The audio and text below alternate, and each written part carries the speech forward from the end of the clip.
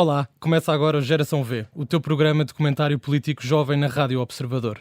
Relembro que o programa vai para o ar todas as sextas-feiras às 9 da noite com Bernardo Faro, Catarina Doré, Gonçalo Sousa e Joana Marques Brás, que vão comentar os principais assuntos políticos da semana. Estamos também, claro, a qualquer hora e em qualquer lugar disponíveis em podcast. E é muito importante para nós que cliques em seguir este programa e que o partilhes com um amigo ou uma amiga. Eu sou o Vasco Galhardo, do Movimento Eu Voto, e vamos já passar para o primeiro tema de hoje. No passado domingo, os madeirenses e porto-santenses foram novamente chamados às urnas depois de terem tido eleições regionais em setembro de 2023. Destas eleições antecipadas, o PSD ficou à frente, mas muito longe da maioria absoluta dos tempos de Alberto João Jardim, ao eleger 19 deputados, menos 4 e menos quase 10 mil votos se compararmos com os resultados de 2023. O PS elegeu 11 deputados regionais, os mesmos das últimas eleições, tendo conseguido apenas mais 137 votos. O JPP, Juntos pelo Povo, foi o partido que mais subiu, conseguindo mais 8 mil votos, passando de 5 deputados para 9. O Chega subiu ligeiramente, com mais 513 votos, e manteve os 4 deputados regionais. O CDS, que há 8 meses concorreu coligado com o PSD, obteve 2 lugares, e a IEL e o PAN mantiveram os deputados únicos. Importa também realçar a perda de representatividade do Bloco de Esquerda e da CDU no Parlamento Regional. Ora, meus caros comentadores, muito boa noite. Como sabemos, para um partido obter a maioria absoluta na Assembleia Legislativa da Madeira, necessita de, no mínimo, 24 deputados, o que torna complicada a vida a Miguel Albuquerque, que com apenas 19 deputados eleitos terá de construir pontos com outros partidos para conseguir governar com estabilidade a região autónoma da Madeira. Gonçalo, parece então que em 8 meses muita coisa mudou na Ilha da Madeira. Que leitura fazes destes resultados e que estratégia achas que Miguel Albuquerque vai adotar para conseguir governar nos próximos 4 anos? Boa noite, Vasco. Boa noite aos meus caros colegas de debate. Eu acho que as eleições na Madeira eram um pouco expectáveis do ponto de vista político e histórico, porque isto é um fenómeno normal que está a acontecer nos restantes parlamentos da Europa, em que há uma diminuição da índole e da quantidade dos partidos de bloco central, no caso da Madeira mais hegemónico, no caso do PSD. Agora, da leitura geral dos resultados, há claramente um vencedor, objetivamente falando, o JPP, passa de 5 para 9 deputados, quase que duplica a sua representatividade parlamentar, e isto dificulta imenso a vida a Miguel Albuquerque, que vai ter uma situação muito semelhante àquilo que se passa com Luís Montenegro no continente. Aqui a questão, no caso de Miguel Albuquerque, é que a sua situação está mais complicada para fazer pontos com outros partidos, tendo em conta que Luís Montenegro não tem a situação judicial em tribunal que Miguel Albuquerque tem. Agora, de um ponto de vista mais geral, o Bloco de Esquerda e a CDU, em tendência também com os resultados no continente, perdem representatividade, agora mesmo ficando sem ela, do ponto de vista totalitário quase, no Parlamento Regional, mas eu diria também que há uma derrota contextual, por uma simples razão, e essa derrota contextual, apesar de o partido ter crescido ligeiramente, neste caso é o Chega, foram 500 votos, não é? Mais ou menos. 537. E é uma derrota contextual, a meu ver, porquê? O Chega nasce como uma espécie de partido de protesto. Não só, obviamente, mas com a índole do protesto muito presente em si. E a verdade é que o JPP e a narrativa política do líder, do Elvio Sousa, é muito numa base também de retórica populista, com as coisas boas e más que isso possa ter.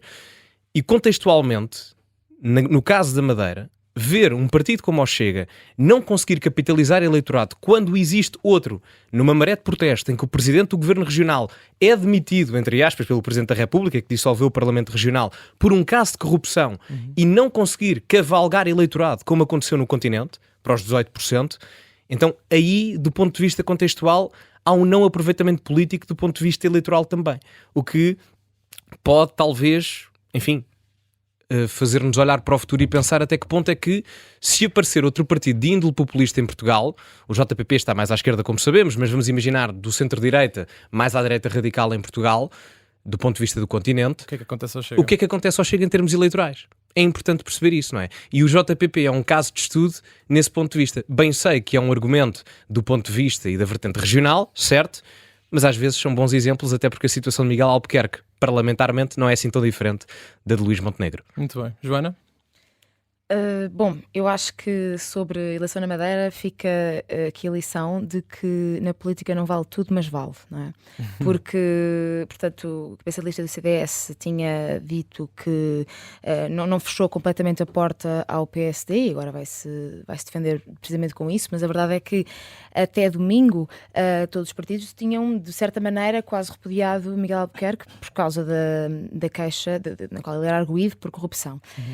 E, portanto, dava jeito em tempo de campanha, mas agora, tendo em conta os resultados e quase esta combinação perfeita de resultados em que o PS, juntando-se a JPP, que estavam disponíveis para o fazer, teriam tido uma maioria e, portanto, quando essa maioria avança, o CDS volta um bocadinho ligeiramente atrás com a palavra e bem sei que não foi absolutamente rígido naquilo que disse, mas a verdade é que aquilo que José Manuel Rodrigues disse foi que estava preparado para entendimentos parlamentares com todas as forças políticas, que não sejam extremistas, mas deixou a ressalva quer de esquerdas, quer de direita. Portanto, estava disponível para entendimentos também com a esquerda, mas a partir do momento em que há aqui uma possibilidade do Governo Regional da Madeira passar a ser à esquerda, uma coisa inédita porque desde 76, que é desde o PS, que é do PSD, o CDS mostrou claramente o seu lado e alimentou esta ideia do bipartidarismo, não é? Portanto, continuamos a ter aqui só uma luta entre PS e PSD, não é? O PS de repente podia ficar à frente do Governo, porque se tivesse feito uma coligação com o JPP, o PS continuaria a ter sempre mais votos, e muito embora também concorde que o grande vencedor foi o JPP, o PS tinha mais deputados, tinha mais deputados e portanto seria o presidente do Governo Regional da Madeira, o Cafofo. No entanto, o CDS, quando é visto nesta posição, volta atrás com a palavra, e portanto, claro que agora vem dizer que não, mas nós vamos sempre aprovar medida a medida, e portanto não. Mas para Miguel Albuquerque ter sido indigitado é porque de alguma maneira o CDS mostrou que haveria governabilidade, por isso é que foi indigitado, não é? E portanto acho que a opção da direita ficou óbvia, a posição relativamente à corrupção é bastante óbvia. Relativamente àquilo que o Gonçalo estava a dizer sobre podermos retirar alguma lição da Madeira, eu acho que para mim a maior lição que tiramos da Madeira é a resposta que as pessoas dão a um crime de corrupção, ou a possibilidade de um crime de corrupção. Neste momento acho que os madeirenses mostraram bastante bem isso, porque Miguel Albuquerque teve 19 deputados, não é? Sim. Portanto, acho que é um dia triste para a democracia, esta semana triste para a democracia, tendo em conta a expressão na Madeira. Bernardo, concordas que foi um dia triste? Concordo e sim, acho que concordo. Acho que neste caso até é um bom momento para ir buscar o que o Bugalho dizia relativamente ao dia de festa, a vinda do Zelensky a Portugal. Tanta polémica deu, não é? Exatamente, tanta polémica que deu, mas não querendo agora ir buscar a conversa relativamente ao Bugalho, mas acho que aqui não é um momento de festa para a democracia na Madeira, e inclusive eu acho que a Madeira está aqui a passar por um momento que eu acho que é democraticamente algo que cá está, o povo madeirense vai ter que a seu tempo parar para pensar um bocadinho nisto, porque era como a Joana estava a dizer, não é? Desde 1966, portanto em 50 anos praticamente de democracia, que lá temos praticamente sempre os mesmos a governar. E não só temos os mesmos, como também há aqui uma nota que eu queria deixar, que é o Paulo Cafofo, quer dizer, é a segunda vez que eu assisto a isto este ano, talvez também pela coincidência, mas nós temos um Pedro Nuno Santos que ainda os resultados nas legislativas não tinham sido oficiais, ele já estava derrotista a apresentar ao povo português como efetivamente o PS não seria uma solução de governo, e aqui o Paulo Cafofo tem exatamente a mesma postura perante uma derrota, mas ok, é uma derrota num contexto muito característico, perante um governo na Madeira que há muitos anos que é PSD e centro-direita, mesmo assim onde o PSD perdeu deputados de um modo real, onde o JPP com a esquerda ganham aqui alguns deputados, e mesmo assim o Paulo Cafofo no meio daquilo tudo teve uma postura de tal modo derrotista que eu acho que isto até leva a pensamentos um bocadinho mais à frente, que é o que é que se está a passar com o Partido Socialista. Mas o Cafofo tentou fazer uma coligação com o JPP. Sim, mas não tem mesmo assim, eu acho que... Mas que atitude é que ele podia ter se com 11 deputados contra 19 do PSD? Sim, não se Só trata... se fosse buscar o CDS, mas isso era... É óbvio. E o CDS está no governo com o PSD, portanto era... Sim, mas aí também acho que a nota que depois imediatamente se coloca é qual é que seria a credibilidade e ou a legitimidade de um governo, ou seja, parlamentarismo acho que sim, acho que é de se aceitar. O governo de António Costa é em Portugal quem abre mão ou abre este precedente de haver uniões parlamentares e coligações parlamentares, mas também acho que depois aqui se dá a nota da credibilidade e a legitimidade política, e eu acho que aí efetivamente a esquerda na Madeira não a conseguiria reunir, mas pronto, eu sei que ele no entanto tentou. A única nota aqui que eu queria deixar relativamente ao Paulo Cafofo é só mais uma questão até de postura, ou seja, eu acho que nós ali assistimos a um suicídio político que perante um resultado que ok, não era o esperado, podia perfeitamente ainda continuar a ser parte de um processo legislativo que eles vão de continuar a ter a futuro. E portanto eu acho que esta aqui é a grande nota. Eu também concordo com o Gonçalo que o JPP é a par do PSD lá, portanto se do PSD temos uma vitória que democraticamente é para mim um grande problema, que é depois do escândalo de Miguel Albuquerque temo-lo a ser reeleito, e portanto a Madeira parece que vive bem sem que nada de lá muito aconteça. Do lado do JPP temos aqui a grande vitória que eu diria que é o facto de eles terem quase duplicado o número de deputados no Governo Regional da Madeira, portanto. Muito bem. Catarina, e tu? Boa noite a todos. Eu acho que agora faço só uma leitura de entre linhas, porque o mais importante Parte já fácil. foi sendo dito. Eu acho sempre interessante ver o surgimento de novas forças políticas que se projetem precisamente como uma alternativa aos dois grandes partidos, e o Juntos pelo Povo acaba por conseguir isso porque fica a 2 deputados do PS. Portanto, é impressionante mesmo. E eu acho isso sempre um fenómeno interessante. Agora, acho que provavelmente terão desiludido alguns dos seus eleitores ao tentarem esta geringonça minoritária com o PS, porque deixam precisamente de ser a tal alternativa para ser o chamado mais do mesmo, que não é a minha opinião, mas acho que é o que se diria. E, portanto, acho que nesta fase talvez tenha sido um erro estratégico. Ao mesmo tempo, para o PS, por acaso, não acho que tenha sido bom esta tentativa. Não sei se achaste bem, Bernardo, na perspectiva dele não ser tão derrotista, mas eu acho que foi, de certa forma, evidenciou ainda mais a sua derrota. Portanto, quase que foi um bocado... Sim, repara, aquilo que eu quero dizer também, Catarina, é que a pessoa relativamente à derrota tem 2 atitudes. Ou admite todo o trabalho que fez e se prepara para um próximo confronto, ou então ao contrário simplesmente a aceita de ânimo leve. E acho que é um bocadinho isso mais aquilo que eu estou a falar, ou seja, é verdade, o resultado é legítimo, o resultado eu percebo que naturalmente deixa o PS a ter que também pensar em si lá, se bem que volto a dar esta nota, de que eu acho que o PS está a passar por uma crise de meia-idade muito profunda, muito profunda. Calhar a todos. Sim, Espero que não calhará a compre um todos. Porsche, espero que não compre um Porsche. Sim, calhará a todos, mas acho que aqui uma vez mais, eu acho que essa é a principal nota a retirar, pelo menos no meu entendimento, é que cá está, a primeira arte da política é a combatividade, e portanto se há coisa que toda a gente deverá sempre saber quando parte para um confronto político, é que a derrota está sempre à partida conquistada, não é? Toda a gente que vai às eleições é isso, não é garantido. Portanto, não ver o trabalho e o esforço, seja dos militantes, seja do partido, seja até mesmo dele enquanto líder partidário lá, e com uma atitude de tal modo derrotista, acho que é aquilo que eu acho, é só que foi um suicídio político em termos de carisma e em termos de caráter nesse sentido. Claro, eu estou de acordo contigo. E aliás, pronto, a minha opinião é mesmo que esta tentativa de geringonça ainda acentuou ainda mais essa... Sim. Só dar aqui uma nota relativamente a isto. Eu concordo convosco do ponto de vista da questão do acordo parlamentar, da tentativa de maioria, mas é preciso também perceber Tentativa frustrada. E não é só isso, é preciso compreender também o contexto da Madeira em si. Enquanto que no continente nós já tivemos vários governos, mais à esquerda, mais à direita, com PS, com PSD, coligações com o Bloco de Esquerda a nível parlamentar, com o CDS, na Madeira foi só PSD. Portanto, a urga, quase a vontade por algo novo, é muito mais permeável ao povo, mesmo que haja uma coligação com o PS ou o JPP, ou seja, com quem for, do que propriamente na visão de nós aqui no continente.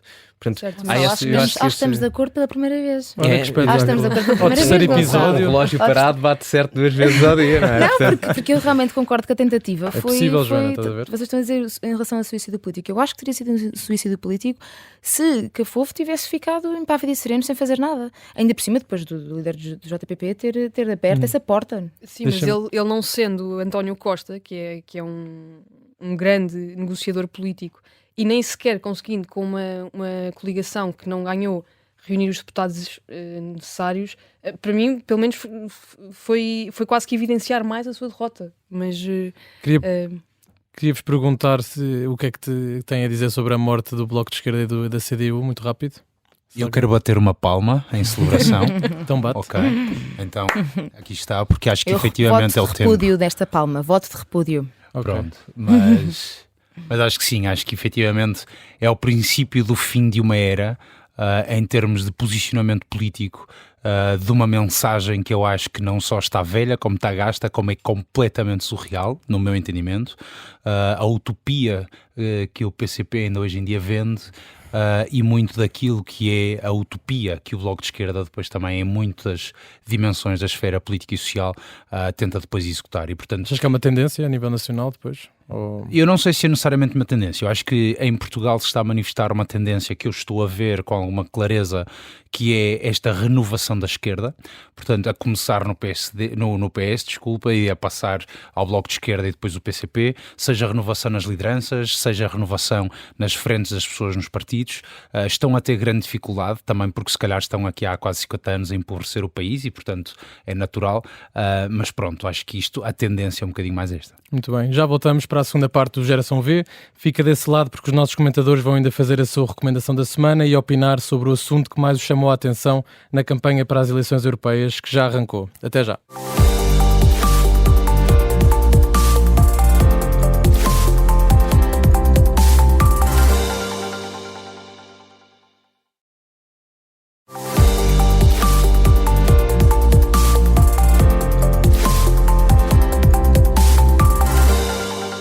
Estamos de volta para a segunda parte do Geração V e nesta segunda parte vamos falar sobre a campanha das eleições europeias e cada um dos nossos comentadores vai escolher o tema que quer destacar. Mas antes disso vou pedir à Catarina, ao Bernardo, à Joana e ao Gonçalo para fazerem uma recomendação aos nossos ouvintes. Em 30 segundos, Catarina, qual é a tua recomendação de hoje? Acho que a minha recomendação de hoje pode não ser nenhum segredo, mas vão à Feira do Livro. Comprem livros e livros em português, apoiem as nossas editoras. A Feira do Livro já começou e está até dia 16 de junho em Lisboa. E aproveito para dizer que amanhã é dia da criança e, portanto, tem sempre muitos eventos e até oferecem livros às crianças normalmente. Portanto, é um bom dia para ir com os filhos à Feira do Livro. Muito boa recomendação. Catarina? Joana, desculpa. Joana. Eu vou recomendar uma página de Instagram que se chama Ilustra Rita, é de uma psicóloga que se chama Rita Celas e ela faz ilustrações muito interessantes e muito engraçadas e desconstrói os temas da saúde mental de uma forma que eu acho muito refrescante e muito criativa. E lançou agora um livro há pouco tempo que se chama Desatar o Nó. Aprende a romper o ciclo do overthinking. Portanto, eu acho que é uma forma muito cool de falar de saúde mental e também muito pedagógica. Obrigado, Joana. Gonçalo? Bom, a minha recomendação é uma dedicação ao Bloco de Esquerda na Madeira e ao PCP Madeira. Como agora estão fora do Parlamento, têm muito tempo para ler, então vou-lhes recomendar um livro, A Riqueza das Nações, de Adam Smith, o pai do liberalismo. Portanto, certamente lhes vai dar jeito, pode ser que comecem a ganhar votos. Voto de repúdio também sobre isto? Voto de elogio. Bernardo? Ora bem, da minha parte eu vou hoje sugerir o canal do Gonçalo Sousa, nosso colega aqui no YouTube. Exatamente, canal no YouTube, para quem não conhece, Gonçalo Sousa faz lá todas as semanas, todos os dias até, aliás, comentário político. Não que ele seja um grande comentador, nem que perceba muito política, mas é sem dúvida alguma um canal que vale a pena ouvir e ir estando atento. Muito bem. Muito obrigado, deixa-me só sim, salvar aqui um agradecimento. Obrigado. Muito bem. Como sabem, a campanha para as eleições europeias já arrancou e os partidos estão na rua a apelar ao voto dos eleitores. Todos sabemos que estas semanas de campanha são propícias a momentos caricatos, mas também se lançam temas importantes para o debate de ideias. E é isso que vos pergunto hoje. Joana, para começar, que tema te chamou mais a atenção nos primeiros dias de campanha e porquê? Portanto, o tema que me chamou mais a atenção foi a IVG e aquilo que Sebastião Bugalho disse sobre o assunto no programa Perguntar Não Ofende, e que depois também voltou a referir no último debate a 4 com Marta Temido e também com Catarina Martins. Portanto, o Sebastião Bugalho declarou-se pessoalmente contra o aborto e também defendeu que isso não iria afetar a sua capacidade política. E, portanto, aliou-se aqui um bocadinho àquilo que o Primeiro-Ministro disse, que é um compromisso solene de que não vão alterar a lei do aborto em Portugal e, portanto, não vão retirar direitos às mulheres ou diminuí-los. Pronto, eu acho que Sebastião Bugalho, da maneira como expôs o tema e da maneira como foi debatido o tema, faz aqui comentários que merecem o contraditório, acho eu. E ver aqui de um ponto de vista, e que me parece interessante, que é Sebastião Bugalho, quando diz isto, não omite completamente a situação em que Portugal está relativamente ao acesso à IVG e não só omite, como passa um bocadinho a ideia de que está tudo bem, não é? Portanto, o direito já existe na lei, está escrito, está tudo bem, as mulheres têm esse direito. O que não é bem verdade, e agora tenho só a fazer aqui uma contextualização de qual é a situação atual em Portugal do acesso à IVG no SNS, e temos cerca de 13% de obstetras no SNS que fazem IVGs, porque todos os outros são objetores de consciência. Não estou a criticar as pessoas que são objetores de consciência, mas o número é apenas 13% dos obstetras e é necessária a presença de 2 obstetras para fazer o procedimento. Portanto, o acesso à IVG não é facilitado em Portugal, é bastante difícil para algumas mulheres. Vamos pensar, por exemplo, no caso dos Açores, e os números que eu estou a dar aqui podem ter alterado, porque isto do caso dos Açores, há um par de meses era assim, de hoje para amanhã pode alterar, mas até há pelo menos 2 meses, nos Açores, uma mulher que quisesse fazer uma IVG tinha que ir para o continente, porque não havia ninguém. Portanto, o acesso à IVG ainda não é um direito pleno, muito embora formalmente seja um direito, na sua materialidade, na sua aplicabilidade, ainda não é completamente um direito. Veja-se, por exemplo, a lei impõe 5 dias, desde que a mulher marca a consulta para dar início ao processo, até é o momento em que a consulta é marcada. Ora, no Porto, no Norte, no Centro, no Algarve, 40% dos casos isto é violado, estes 5 dias. Há mulheres que relatam que estão à espera da consulta durante um mês, num direito que só dura 10 semanas na gestação, e que a OMS defende que este direito deve ser estendido para as 12 semanas, e Portugal ainda está obsoleto nessa matéria. Mas em Lisboa, por exemplo, a violação destes 5 dias acontece em 8% dos casos. Portanto, em Lisboa há uma solução, no resto do país não há. Portanto, há efetivamente soluções para garantir o melhor acesso das IVGs às mulheres, mas o SNS não está a fazer. E agora voltando aqui, recuperando Sebastião Bugalho. Sebastião Bugalho diz que, relativamente ao facto do CDS e do PSD terem votado contra, em abril, a introdução do aborto como direito fundamental da União Europeia, na Carta dos Direitos Fundamentais da União Europeia, Sebastião Bugalho diz que esse voto contra não vai alterar nada, porque é igual, as mulheres já tinham esse direito na lei portuguesa, portanto é igual. Já estava escrito e já. E já está tudo bem, está tudo resolvido. Mas é um bocadinho, é uma falácia o que ele diz, e é uma aparência falsa para as pessoas, porque eu vou desmanchar isto. Muito e rápido. como é que as mulheres podiam ter mais direitos se este fosse realmente um direito fundamental da União Europeia e fosse um direito dos cidadãos europeus. Neste momento, quando uma mulher não consegue ter acesso à IVG em Portugal, por alguma ilegalidade que o SNS já cometer, nomeadamente naqueles 5 dias que viola, as mulheres podem responder apenas com instituições nacionais, nomeadamente tribunais nacionais. A partir do momento em que este direito esteja na Carta de Direitos Fundamentais da União Europeia, as mulheres podem responder, podem usar mecanismos de resposta a isto e de luta contra isto, mecanismos europeus, como a Comissão Europeia, que pode intentar uma ação judicial contra um Estado-membro que viola um direito fundamental da União Europeia, como o Tribunal de Justiça da União Europeia. Ou seja, Sebastião Bugalho, quando diz que não houve nenhuma mulher portuguesa que tenha perdido acesso à interrupção voluntária da gravidez por não constar na Carta dos Direitos Fundamentais, é uma mentira material. Formalmente é verdade que esse direito já existe, mas materialmente esse direito não é acessível a todos ainda. Portanto, não há nenhuma mulher que perca o direito no momento do voto contra, mas as mulheres poderiam sim ganhar mais direitos se esse voto fosse a favor e se realmente existisse essa introdução deste direito na Carta. O que o Sebastião Bugalho não faz. Só um minuto. E nota ainda que o Sebastião Bugalho, em prática jurídica, não está muito forte, porque ele apresenta um argumento, que é o argumento jurídico, em que ele diz, o argumento que ele apresentou nos 2 sítios onde falou sobre isto, que é, porque ninguém é a favor que o aborto seja legal nos 9 meses, não é? Porque temos aqui um direito à vida e o direito à autodeterminação do corpo da mulher. E voltar a recuperar aqui uma conversa de 2007. A Organização Mundial de Saúde, em relação a esta questão de quando é que é a vida, quando é que se dá a prevalência à vida da criança, ou do feto neste caso, quando é que se dá prevalência ao direito da autodeterminação do corpo da mulher, a OMS já vai dizer que são as 12 semanas. Portanto, essa discussão que o Sebastião Bugalho tenta recuperar é só para tirar areia aos olhos das pessoas. É só para recuperar esta lógica da sua fé cristã de que não se pode matar um ser, sei lá, desde quando? Desde a alta fecundação? Quando é que é isso? Portanto, eu acho que Sebastião Bugalho, só para terminar mesmo, acho que Sebastião Bugalho deixou bem claro o seu compromisso em não alterar a lei do aborto, não diminuindo os direitos das mulheres, mas também deixou bem claro que não vai fazer absolutamente nada com os meios europeus que tem ao seu dispor enquanto deputado europeu para aumentar o direito das mulheres em relação ao aborto. Catarina, que assunto é que queres falar? Eu, antes de falar sobre o meu assunto, gostava só de fazer aqui um pequeno comentário, que é, apesar de eu perceber o teu ponto de vista, Joana, acho que é diferente.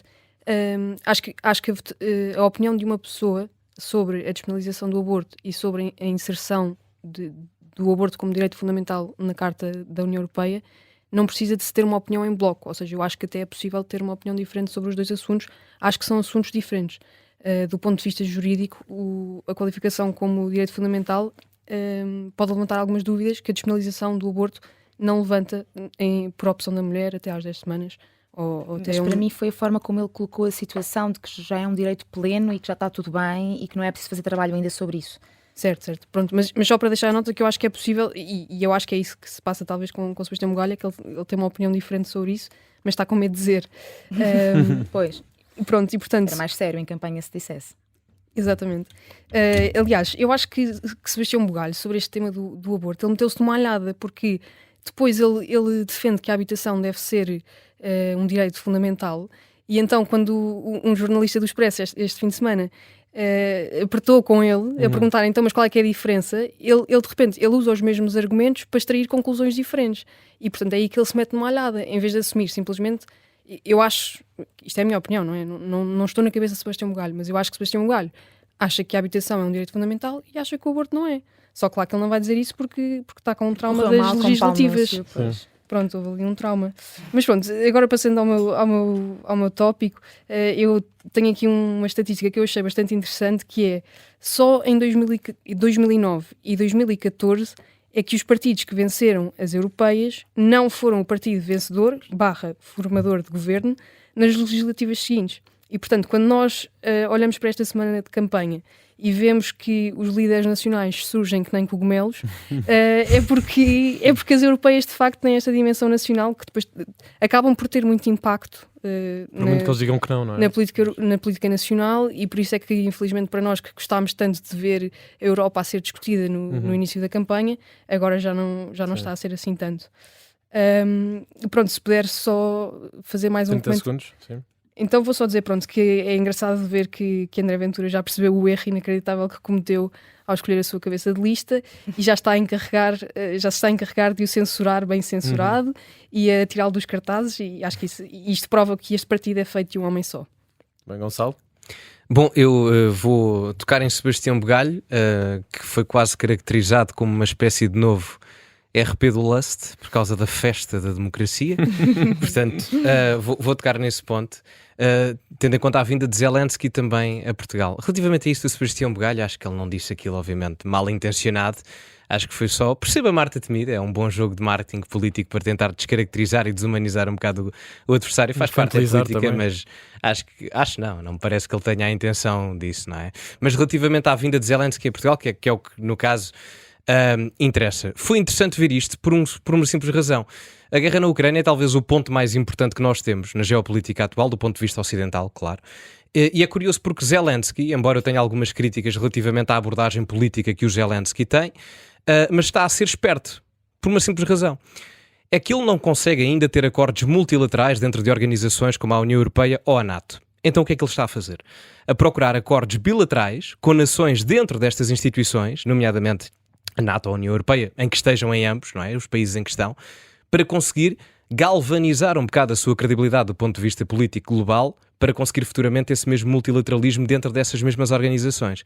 E ele fê-lo com estes 3 países de forma muito curiosa. Foi com a Bélgica, Portugal e Espanha. A Bélgica, que é praticamente o epicentro de uma política, uma vertente mais globalista, institucional, e que, enfim, há alguns críticos talvez até dizem que a Bélgica, do ponto de vista cultural, nem existe, não é? Uma direita mais radical assume isso, não é? Mas isso é outra questão. E, portanto, sobrevive muito à questão política, institucional e da própria sobrevivência da União Europeia. E, portanto, através desse acordo bilateral, ganha Zelensky também reconhecimento para o futuro da Ucrânia. E depois com Portugal e Espanha, que são países muito mais permeáveis do que os restantes países da Europa às ordens geopolíticas dos Estados Unidos. Isso aconteceu, por exemplo, com casos com sucesso, obviamente, e outros talvez com não tão sucesso, como foi o caso da guerra do Iraque, em que houve alguma divergência entre os países europeus nas tomadas de decisões a fazer. Portanto, embora eu tenha algumas críticas relativamente à abordagem que o Ocidente está a tomar na guerra da Ucrânia, Zelensky, para o bem ou para o mal, foi particularmente inteligente e está a ser inteligente na abordagem que está a tomar. Uma nota ainda só para Luís Montenegro, que fez um envio financeiro para a Ucrânia na ordem dos 100 milhões, o que demonstra também, assim, Portugal tem obviamente mais problemas do que, tem muitos problemas internos, mas isto leva-nos mais à questão além Ucrânia. E o que é que eu quero dizer com isto? É mais com a questão bélica interna em Portugal. Nós somos obrigados pela NATO a gastar 2% do nosso PIB. Neste momento gastamos 1,3% desse mesmo PIB. Portanto, achar neste momento que a NATO depende de Portugal para alguma coisa é surreal. Portugal é uma nulidade do ponto de vista militar e há que começar a perceber isso. Porque se queremos ter autonomia e alguma soberania, e do ponto de vista estratégico isso é importante para a sobrevivência de um país, então é bom começar a acordar, focarmos no crescimento económico e redistribuir isso em desenvolvimento económico, nomeadamente na defesa, quando a Europa está em guerra e o resto do mundo também. Bernardo, para terminar, que tema é que nos trouxeste? E eu trago também aqui 1 ou 2 comentários relativamente ao tema Zelensky, guerra na Europa, e também só acrescentar a tudo isto que o Gonçalo já aqui disse, que foi agora dada também autorização pelos Estados Unidos da América, por parte do Biden, portanto, a que na Ucrânia se lá possam agora passar a usar também, neste conflito armado, armas ocidentais. E isto cria imediatamente uma grande questão, que é, ok, dado que os Estados Unidos da América estão eles próprios também em pré-campanha eleitoral, o que é que isto pode vir a significar num futuro próximo relativamente ao posicionamento dos Estados Unidos da América na NATO? Ainda também quero só acrescentar a este tema é que, não parece, mas os aliados através da NATO já colocaram na Ucrânia cerca de 40 mil milhões em suporte económico e financeiro e bélico, e portanto eu acho que isto é efetivamente um tema. O Zelensky, é verdade, como o Gonçalo também estava a dizer e bem, tem estado nesta busca de procurar estes vários acordos multilaterais e bilaterais entre vários países, que não sendo necessariamente países de grande ameaça a Putin, são ao mesmo tempo também para ele, naturalmente, votos de sucesso e de força na sua posição de integração da Europa, na sua integração na NATO e tudo mais. Mas reparemos também que estamos a falar de uma pessoa que, a meu ver, é bastante eficaz. Ou seja, eu acho que o Zelensky tem efetivamente sido eficaz nesta procura de suporte e de apoio. E depois há aqui uma grande nota também que eu acho que é necessário dar relativamente ao tema Zelensky, Putin e guerra na Ucrânia, que é: o Putin já veio dizer que não quer um conflito com a NATO, portanto já aqui há uma demonstração de falta de interesse da parte dele. Também já veio pedir um cessar-fogo junto a algumas das principais fronteiras e, portanto, isto também já demonstra uma intenção neste caminho da paz. Veio, no entanto, também dizer que não reconhece a Zelensky legitimidade política para que ele seja chamado de presidente da Ucrânia. Portanto, eu acho que este caso da legitimidade ou não da Ucrânia, e que o Zelensky tanto está a esforçar-se para que exista através da sua integração na Europa, através de todos estes apoios, estes acordos, mas este tema da legitimização, da legitimidade da Ucrânia, continua a ser aqui o grande tema. E, portanto, eu não estou a ver grandes esforços em termos de união, voz e manifestação política em termos da Europa. Eu acho que nós muitas vezes até nos esquecemos que a Ucrânia está em guerra, e pronto, eu acho que isto é uma nota que também é de deixarmos aqui ressalvada. Relativamente ainda também, só deixar uma última nota relativamente aqui ao Sebastião Bugalho, eu não acho que tenha sido só da parte da Marta Temido, acho que não foi só uma tentativa de infantilizar o seu concorrente ou um candidato direto oposto. Acho que o Sebastião Bugalho não esteve bem. Uma festa da democracia portuguesa, por amor de Deus, a festa da democracia portuguesa faz só ao dia 25 de Abril, 25 e, portanto, de novembro. Uma palma agora ao 25 de Abril e um voto de repúdio ao 25. Não. Sem um não teria sido o outro, e sem os dois não teríamos a democracia que hoje Um temos. voto de repúdio a misturar os dois como se fossem a mesma coisa. Pronto. São interdependentes. São interdependentes, exatamente. Não podes querer ter a escuridão sem ter. Eu percebo que a sem ter direita luz, queira e ter um vice-versa. dia, mas o 25 de Abril é um dia de todos, não é só da esquerda. Não é, E a direita também se marca. A direita do tem 25 dois de dias, Abril. o 25 de novembro e o 10 de março. Isto dava todo um episódio, não é? Dava para todo um próximo episódio. Mas bem, eu queria só então, relativamente a este tema, só mesmo deixar essa nota. Portanto, acho que é uma nota aqui de mérito. Acho que a Marta Temido efetivamente puxou ali as orelhas ao Sebastião Bugalho. Acho que bem, porque efetivamente a política é feita de forma e de conteúdo. E, portanto, se no conteúdo eu acho que o Sebastião Bugalho pode estar melhor ou pior em função das ideias que ele vai manifestando, eu acho que na forma ele tem sido insistentemente muito imaturo. E, portanto, eu acredito, a malta que ele está pode-se cansada. obrigar a pedir desculpa, como obriga Eu agora a não Marta tenho. Temido. Não, eu não tenho qualquer problema em pedir desculpa, e se ele quiser ele que venha falar comigo, mas deste lado também leva com um homem do Norte, portanto os nossos pedidos de desculpa são um bocado diferentes. Não sei se já repararam, Mas mas sim. o Sebastião Bugalho é criticado por parecer muito velho ou por parecer muito novo. Pois Não, é. ele é por tentar parecer muito velho e nessa tentativa agir às vezes de uma forma imatura. Ele tem que ser RP do Lance durante 2 semanas. Era bastante pode ser. O melhor sítio para ver essa diferença é quando a Joana Marques fez um episódio sobre o Bugalho e viu-se mesmo a linguagem que ele usa. Não condiz com a idade, mas... Mas eu em parte também entendo, porque é óbvio, eu não quero comparar o Sebastião Bugalho ao Paulo Portas, até porque eu acho que o Paulo Portas lhe dá 20-0. Quem quiser ir ao YouTube ver quem era o Paulo Portas com a mesma idade de Sebastião Bugalho, vai ver que tínhamos ali uma pessoa muito mais, estruturalmente muito mas mais eles são forte. parecidos, atenção. Mas são parecidos em algumas notas. São parecidos. Eu acho que o Sebastião Bugalho em muitas coisas tenta usar as mesmas estratégias de marketing que o Paulo Portas já na altura usava. Começa por dizer que não quer ser político e acaba precisamente Por ser o mais político a ser o de mais todos. político de Mas todos. ele até agora ainda não é. Só quando for eleito. Portanto, Exatamente, ele tem certo, 2 semanas certo. até Tem poder 2 ser semanas começado a até se ser. chamar mentiroso. Sim, claro que sim. Meus caros, ainda temos aqui 5 minutos, vamos manter-nos aqui no tema das eleições europeias, mas eu não queria deixar de avisar aqui os nossos ouvintes, caso não o saibam, no dia 9 de junho temos eleições europeias e podem votar em qualquer município do país. Vocês estiverem de férias, por acaso, fora da vossa zona de residência, podem literalmente sair da praia e ir à escola mais próxima, votar dia 9, não é preciso nenhuma inscrição, é só aparecer com o cartão de cidadão e votar. É importante passar esta mensagem. Queria então, agora neste tempo que nos falta, se calhar vocês que gostavam também de comentar os debates, tivemos agora 2 debates dos partidos com assento parlamentar e outro dos partidos sem assento parlamentar. Não sei se quem quer começar. Eu posso começar. Bora, Gonçalo. Vou já dar o meu voto de elogio Não é por nenhuma razão em particular. Uma palma. Uma palma? Já dou no final, já dou. Mas foi a Joana Amaral Dias por uma coisa que ela disse. Voto de repúdio. Não, mas então... Nem tenho votos que de ouvir. repúdio. Não, Nem mas tenho de ouvir. acredita que afeta imenso a tua carteira o que ela diz. Joana, desculpa, todos nós na vida temos fanatismos, clubismos e gente de quem Mas é que quem nós nos revemos mais. Não, mas Eu ouvi mas- Joana Amaral Dias no debate todo e não há nada que ela Não há tenha nada, dito que me tenha nadinha. parecido Tens a extraordinário.